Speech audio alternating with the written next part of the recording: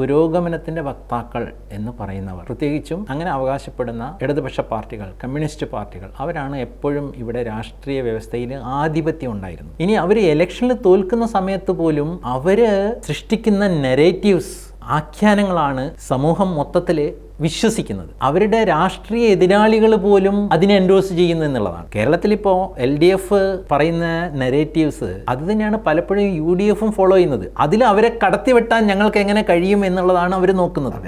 അതല്ലാതെ അതിൽ നിന്ന് വ്യത്യസ്തമായ ഒരു നെറേറ്റീവാണ് ശരിയെന്ന് കൊണ്ടുവരിക. ഉദാരവൽക്കരണമൊക്കെ കൊണ്ടുവന്ന സമയത്ത് നമ്മളത് വളരെ പ്രകടമായിട്ട് കണ്ടിട്ടുള്ളതാണ്. അല്ലെങ്കിൽ എങ്ങനെ നമുക്ക് പ്രയോജനപ്പെടുത്താമെന്ന് ജനങ്ങളെടുത്ത് പറയുന്നതിന് പകരം ഇടതുപക്ഷം കൊണ്ടുവന്ന നെറേറ്റീവ്സ് ആവർത്തിച്ചുകൊണ്ട് അവരെക്കാളും വലിയ പുരോഗമനവാദികൾ ഞങ്ങളാണ് എന്ന് തെളിയിക്കാനുള്ള വ്യഗ്രതയാണ് അതിലുണ്ടായിട്ടുള്ളത്. ഇതിൽ ഒരു മാറ്റവും ഇപ്പോൾ മൂന്നാമതൊരു രാഷ്ട്രീയ ശക്തി കേരളത്തിൽ വന്നാൽ പോലും ഇതിൽ മാറ്റം ഉണ്ടാവുമോ എന്ന് സംശയമുണ്ട്. കാരണം ഈ നെറേറ്റീവ്സ് സൃഷ്ടിക്കപ്പെട്ടിട്ടുള്ളതും അത് ശരിയാണ് എന്ന് യാതൊരുവിധ ചോദ്യവും ഇല്ലാതെ അംഗീകരിക്കപ്പെടുന്നു എന്നുള്ളതാണ്. ഒരു സൊസൈറ്റിയിൽ എപ്പോഴും എതിർവാദങ്ങൾ ഉണ്ടാകണം. ഈ എതിർവാദങ്ങൾ ഉണ്ടായിട്ട് അതിൽ നിന്നും ഒരു തിസിസ്, ആന്റിതിസിസ് എന്നൊരു സിന്തസിസ് ഉണ്ടാകുമ്പോഴാണ് സൊസൈറ്റി മുന്നോട്ട് പോകുന്നത്.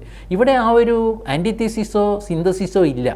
ഇടതുപക്ഷം കൊണ്ടുവരുന്ന ആഖ്യാനങ്ങൾ എല്ലാവരും, അത് ഇവിടുത്തെ മീഡിയ ആയാലും ശരി, അവരെല്ലാവരും ഒന്നിച്ച് അത് ഏറ്റെടുത്തിട്ട് ചോദ്യം ചെയ്യപ്പെടാതെ പോകുന്ന ഒരു അവസ്ഥയാണ് നമ്മളെ നാട്ടിൽ ഉള്ളത്.